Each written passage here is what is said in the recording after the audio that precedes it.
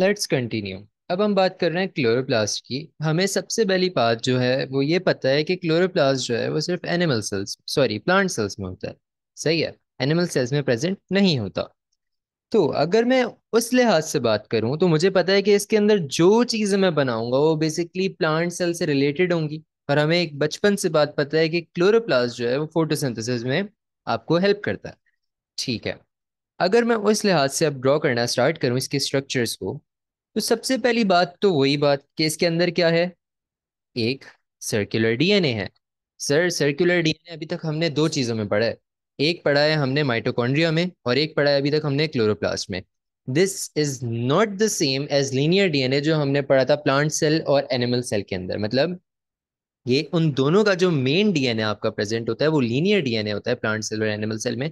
लेकिन जो इसके अंदर ऑर्गेनेल्स हैं जैसे कि क्लोरोप्लास्ट और माइटोकॉन्ड्रिया इसके अंदर सर्कुलर डीएनए होता है। और सर्कुलर डीएनए जो होता है वो बेसिकली उसके अंदर वो it is not bound to histone proteins. ठीक है। तो अगर मैं इस लिहाज से अब बात करूं तो मेरे पास क्या है कि इसके अंदर कुछ चीजें और भी हैं। एक चीज तो वही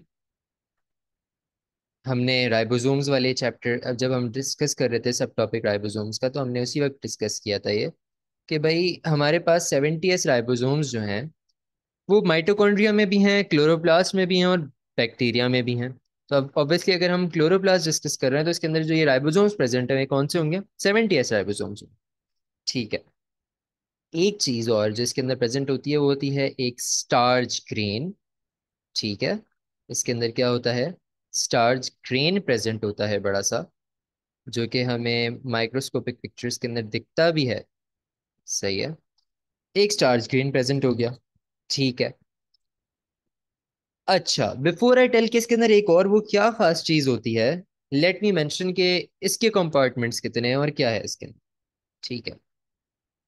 सबसे पहली चीज मेरे पास जो है वो ये है कि ये वाला मेरा जो रीजन है ये कहलाता है outer membrane. Outer membrane. As simple as that. ठीक है। इसके अंदर वाला रीजन ये वाला पार्ट ये कहलाता है इनर मेम्ब्रेन। Inner membrane. यहाँ तक तो सर सेम है जैसे कि इसमें था माइटोकॉन्ड्रिया में। तो और बीच वाला जो पार्ट है वो भी क्या कहलाएगा आपका? Inter membrane. Inter membrane space. ठीक है। तो हमें एक कंपार्टमेंट तो मिल गया हमारा, वो था इंटर मेम्ब्रेन स्पेस जो वहां पे भी था यहाँ पे भी है। अच्छा थोड़ा अंदर चलते हैं। तो ये अंदर वाला एरिया क्या कहलाता है सर? तो ये कहलाता है आपका स्ट्रोमा। क्या कहलाता है? स्ट्रोमा। ठीक है। स्ट्रोमा का क्या काम होता है? स्ट्रोमा को मैं जरा बोल्ड कर दूं बस इसका, या बोल्ड मैंने नहीं भी करूं तो मैं नीचे मेंशन कर दूं कि स्ट्रोमा का आपके पास एक फंक्शन है। ये बेसिकली स्ट्रोमा क्या है आपके पास? It's in site for light independent pendent reactions. Reactions. इसको इस स्टेज को हम बोलते हैं कैल्विन साइकिल। ठीक है सर। हमें ये बात पता है कि क्लोरोप्लास्ट होता है प्लांट्स में, तो ऑब्वियसली ऑब्वियसली जो रिएक्शंस हम डिस्कस कर रहे हैं वो किसके लिए होंगे? प्लांट रिलेटेड होंगे। जो इसके अंदर क्लोरोप्लास्ट के अंदर जो स्पेस है जो हमारा सेकंड कंपार्टमेंट है वो होता है स्ट्रोमा। और स्ट्रोमा का क्या होता है? वो basically it's a site for light independent reactions, जहां पे लाइट हमें नहीं चाहिए होती। वो रिएक्शंस जहां पे लाइट रिक्वायर्ड नहीं होती उस स्टेज को क्या बोलते हैं? Calvin cycle. और कैल्विन साइकिल कहाँ होता है? स्ट्रोमा में। फोटोसिंथेसिस हमारा चैप्टर A2 में आता है। डिटेल्स हम सब A2 में पढ़ेंगे। अभी AS में अभी हमें सिर्फ ये बात पता होनी चाहिए, जैसे हमें माइटोकॉन्ड्रिया के अंदर काफी चीजें सिर्फ पता होनी चाहिए थी, हमें यहाँ पे भी सिर्फ ये पता होनी चाहिए, हमें इन डेप्थ कुछ नहीं पढ़ना। सही है। ये बात हो गई।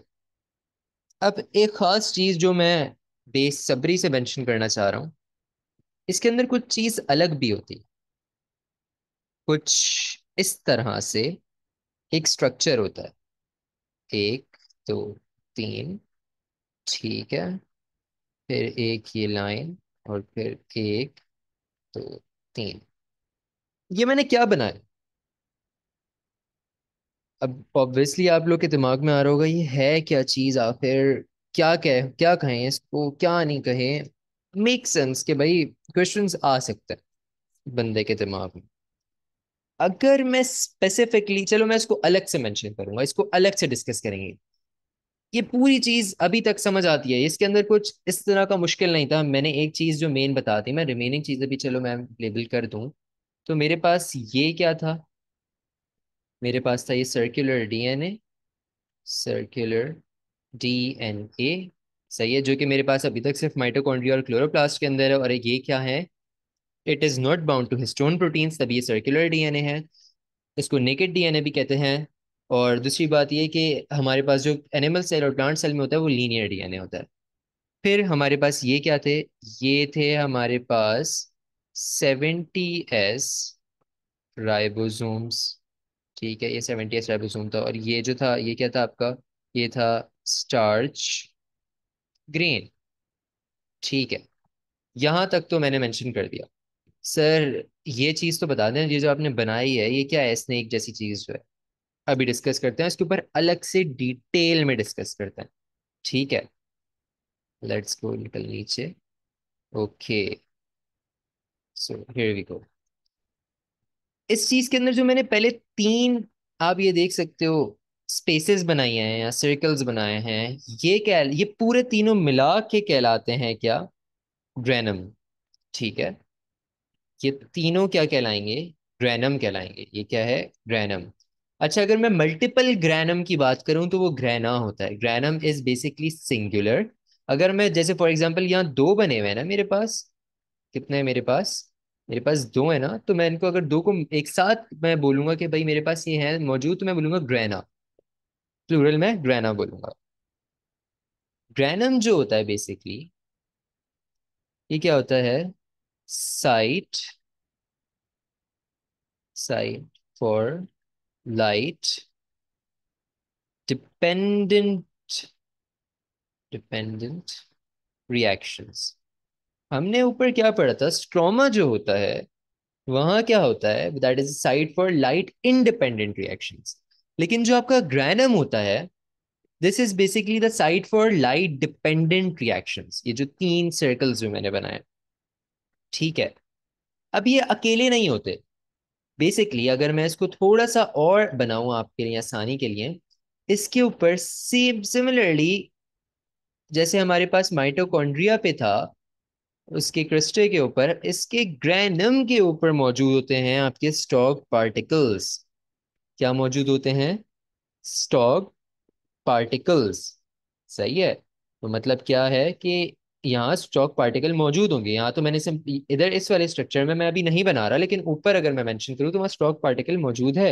यहाँ तो मैं अभी सिंप्लीफाई करके इसको दिखाना चाह रहा हूँ। चलो मैं नीचे बना देता हूँ एक आध, क्योंकि मैं ऊपर नहीं बनाना चाह रहा, बस मुझे उसको कुछ थोड़ा मेंशन करना है उसके ऊपर। ठीक है, अच्छा जी। अब मैं अगर बात करूँ ना, ये बीच वाली चीज क्या है? ये जो मिडिल में है मेरे पास, ये मिडिल जो डंडी सी है पतली सी, इसको मैं कहते हैं, हम इसको कहते हैं इंटर मेम्ब्रेन लेमेले। ठीक है, ये कहलाती है आपकी इंटर मेम्ब्रेन लेमेले। अच्छा, यहां तक हमने डिस्कस कर लिया। मैं इसके पर भी वो बना ही दूं, हमारे स्टॉक पार्टिकल्स। ये स्टॉक पार्टिकल्स आ गए, ये हमारे पास हमने पढ़ लिया, ये ग्रैनम है। सही है, और बीच वाली जो स्टिक है वो कहलाती है हमारी इंटर मेम्ब्रेन लेमेले। मैं अगर ये जो सर्कल्स मैंने बनाए थे, ये जो मैंने छोटे छोटे सर्कल्स यहाँ पे बनाए हुए हैं इस तरह से, ये 3 बनाए मैंने नीचे, 3 बनाए मैंने ऊपर, इनको अगर मैं थोड़ा सा बड़ा करके बनाऊं यहाँ पे, ठीक है, ये इट इज वन ऑफ दो सर्कल्स। ठीक है, तो अगर मैं इसकी बात करूं तो ये है क्या? हम इस पूरे को बोलते हैं, इस पूरे को बोलते हैं थाइलेकॉइड। क्या कहते हैं? थाइलेकॉइड। हमारे पास जो वो सर्कल्स मैंने वहां बनाए थे, बेसिकली दो सर्कल्स नहीं है, वो ओवल शेप्ड है, तो ये बेसिकली क्या है? थाइलेकॉइड। तो थाइलेकॉइड की ये बाहर वाला जो एरिया है, इसको हम बोलते हैं थाइलेकॉइड मेम्ब्रेन। Thylakoid membrane. और जो इसके अंदर वाला एरिया है वो क्या कहलाता है? Thylakoid space. ठीक है। मैंने देख लिया कि ये मेरे पास सबसे पहली बात मैं अगर डिस्कस करूं वापस से, मेरे पास क्या है? एक ये बड़ा सा स्ट्रक्चर है जिसके अंदर हम इस छोटे से जो ओवल मल्टीपल चीजें बनी हुई हैं हम इसको बोलते हैं ग्रैनम। मल्टीपल इनके मैं प्लूरल की बात करूं तो एक ग्रैना कहलाते हैं। मेरे पास जो बीच में स्टिक है वो क्या है? इंटरमेम्ब्रेन लैमेले है। सही है, यहाँ तक तो किसी को कोई इशू नहीं है। फिर ये क्या है? Site for light dependent reaction है। सही है, जो ग्रैनम है आपके पास स्पेसिफिकली ग्रैनम मैं मेंशन कर दूं यहाँ पे, ये इसी की बात हो रही है। ठीक है। और फिर हमारे पास अगर मैं इन ओवल शेप्स को थोड़ा सा डिटेल में डिस्कस करूं तो मैं बोलूंगा कि भाई ये थाइलाकॉइड है, वन ऑफ देम। सही है, इसके अंदर थाइलाकॉइड स्पेस होती है और ये क्या होती है? इससे कवर्ड होती है थाइलाकॉइड मेम्ब्रेन से। यहाँ तक समझ आया? तो अब देखो एक स्पेस और आ गई। सबसे पहली स्पेस मेरे पास क्या थी? Intermembrane space. फिर मेरे पास क्या थी? स्ट्रोमा। और इसके बाद एक और आ गई, वो क्या है? Thylakoid space. मतलब हमारे पास कितने हो गए? 3 कंपार्टमेंट्स हो गए। हमारे पास माइटोकॉन्ड्रिया में 2 थे, यहाँ पे हमारे पास कितने कंपार्टमेंट्स हैं? 3 कंपार्टमेंट्स हो गए। ठीक है। बेसिकली ग्रैनम क्या होता है?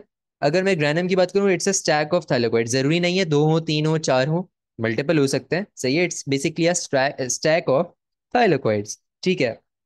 थाइलाकॉइड्स का क्या काम होता है? It provides a large surface area for enzyme reactions. ठीक है। जैसे वहां पे हमारे पास क्या था? वहां पे हमारे पास क्रिस्टल थे, यहाँ पे क्या है? थाइलाकॉइड। ठीक है। बाकी हमने ये पढ़ लिया कि क्लोरोप्लास्ट जो है, अगर आप गौर से देखो तो क्या ये स्फेरिकल इन शेप में या ओवॉइड इन शेप के अंदर है। सही है। बाकी क्लोरोप्लास्ट जो होते हैं वो थोड़े से बड़े होते हैं माइटोकॉन्ड्रिया से। ठीक है। और इसमें 3 कंपार्टमेंट्स होते हैं। लेट्स सी, हमने नीचे क्या मेंशन किया है? ओके, हमने मेंशन किया है वही बात जो मैंने अभी डिस्कस करी कि 3 कंपार्टमेंट्स हैं। इसके कंपोनेंट्स हैं, कंपार्टमेंट्स हैं, आप जो बात बोले हो, तो 3 कंपोनेंट्स हैं इसके क्लोरोप्लास्ट के। कौन कौन से? कंपोनेंट्स तो बहुत है, बेसिकली मैंने गलत मेंशन कर दिया, कंपार्टमेंट्स की बात कर रहा हूँ मैं अभी। तो कितने कंपार्टमेंट्स हैं? मेरे पास 3 कंपार्टमेंट्स हैं। Intermembrane space, stroma and thylakoid space. ठीक है। मैं इसको करेक्ट भी कर दूं, मेरे पास कंपार्टमेंट्स की बात हो रही है। कंपार्टमेंट्स। ठीक है। फिर अगर मैं फंक्शंस की बात करूं इसके, तो अगेन आपको फंक्शन सिर्फ पता होना चाहिए, आपको एज सच याद नहीं करना है। तो फंक्शन क्या है मेरे पास इसके? कि organelles to carry out photosynthesis. जाहिर है हम ये बात बचपन से पढ़ते आ रहे हैं। ठीक है। Photosynthesis has 2 stages. हमें फोटोसिंथेसिस का चैप्टर A2 में डिटेल में पढ़ना है, अभी सिर्फ हमें पता होना चाहिए 2 स्टेजेस हैं, लाइट डिपेंडेंट और लाइट इंडिपेंडेंट। सही है, 2 स्टेजेस हैं। लाइट डिपेंडेंट रिएक्शन जो होते हैं वो कहाँ होते हैं? ग्रैना के ऊपर होते हैं, हमने अभी डिस्कस किया। एंड प्रोवाइड क्या करते हैं? ATP for Calvin cycle. ठीक है। क्या होगा? लाइट डिपेंडेंट रिएक्शन जो है ग्रैना पे होगा और वो एटीपी प्रोड्यूस करेगा for Calvin cycle. Calvin cycle जो होता है वो लाइट इंडिपेंडेंट होता है। सही है। अगर मैं यहाँ बात करूं, लाइट इंडिपेंडेंट डिपेंडेंट। ठीक है। कि केल्विन साइकिल क्या होता है? लाइट इंडिपेंडेंट होता है and occurs in stroma and uses ATP and carbon dioxide to form sugars. आपको टोटल इतना ही पता है होना चाहिए अपने एएस के सिलेबस के लिए। आई होप इसको इसमें किसी को कोई मसला नहीं होगा। सिंपली क्या है कि भाई जो आपके क्लोरोप्लास्ट है उनका फंक्शन क्या है? कि भाई वो फोटोसिंथेसिस करेंगे। फोटोसिंथेसिस के 2 स्टेज हैं, लाइट डिपेंडेंट और लाइट इंडिपेंडेंट। तो लाइट डिपेंडेंट जो है वो कहाँ होगा? आपका ग्राना के ऊपर होगा, वो एटीपी प्रोड्यूस करेंगे और जो वो एटीपी प्रोड्यूस करेंगे वो कैल्विन साइकिल आपकी लाइट इंडिपेंडेंट स्टेज जो है स्ट्रोमा में जो होता है वहां यूज होगा। और कार्बन डाइऑक्साइड यूज होगा और शुगर्स प्रोड्यूस कर दिए जाएंगे।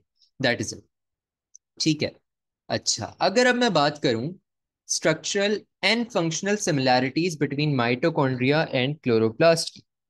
सही है। अगर मैं स्ट्रक्चरल की बात करूं तो क्या सिमिलैरिटीज हो सकती हैं माइटोकॉन्ड्रिया की? तो एक सिमिलैरिटी सबसे बड़ी तो देखो 70S राइबोसोम। हमने ये राइबोसोम्स वाले सब टॉपिक में ही पढ़ लिया था कि दोनों के अंदर 70S राइबोसोम। तो एक मेरे पास सिमिलैरिटी क्या है? 70S ribosome.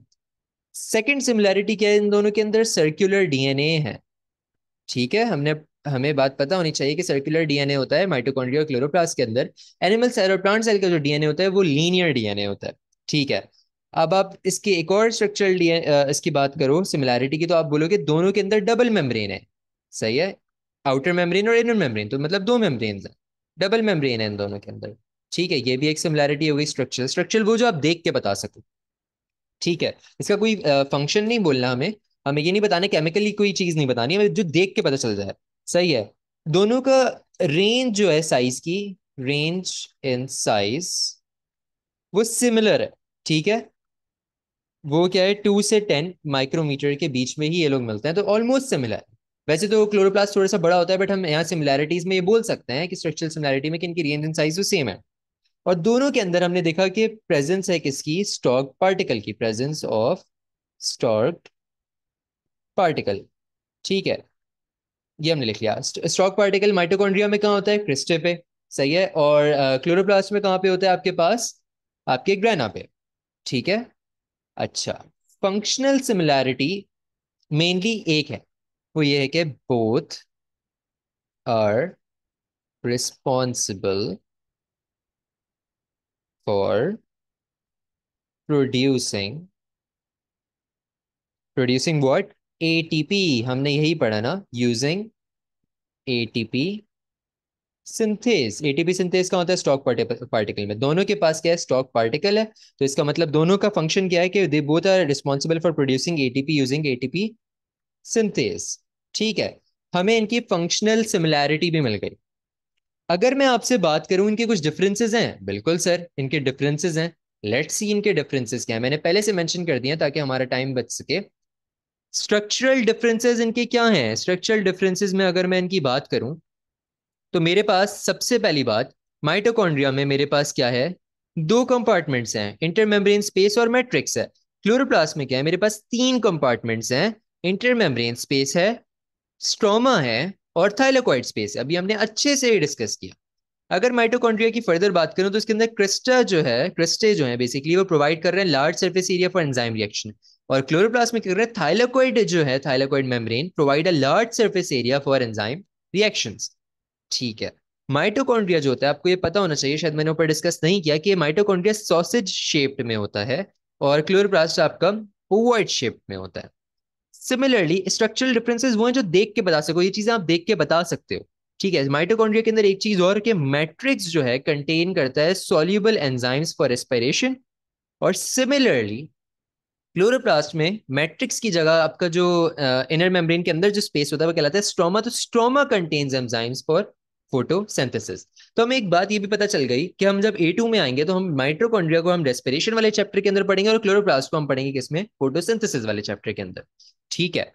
अभी हमें बस ऊपर ऊपर से इतना ही पता होना चाहिए। फंक्शनल की अगर मैं बात करूं तो दोनों का एक मेजर फंक्शनल डिफरेंस है। वही बात एक फोटोसिंथेसिस के लिए और एक रेस्पिरेशन के लिए। तो ये क्या कर रहा है, प्रोड्यूस तो कर रहा है एटीपी, ये तो दोनों की सिमिलैरिटी है, लेकिन ये किसके लिए कर रहा है, रेस्पिरेशन के लिए कर रहा है। ये भी क्या कर रहा है, प्रोड्यूस कर रहा है एटीपी, लेकिन ये किस चीज के लिए कर रहा है, ये कर रहा है फोटोसिंथेसिस के लिए। इसके अलावा इसके कोई जो है आपके स्ट्रक्चरल डिफरेंसेस, स्ट्रक्चरल सिमिलैरिटीज या फंक्शनल डिफरेंसेस या फंक्शनल सिमिलैरिटीज आपको पता नहीं होनी चाहिए अभी के लिए। A2 में हम फर्दर डिस्कस करेंगे, लेकिन अभी के लिए यही है जो आपको पता होना चाहिए। नेक्स्ट क्लास के अंदर हम फिर RER, गोल्जी बॉडी और लाइसोसोम्स वगैरह पे डिस्कस करेंगे। ठीक है।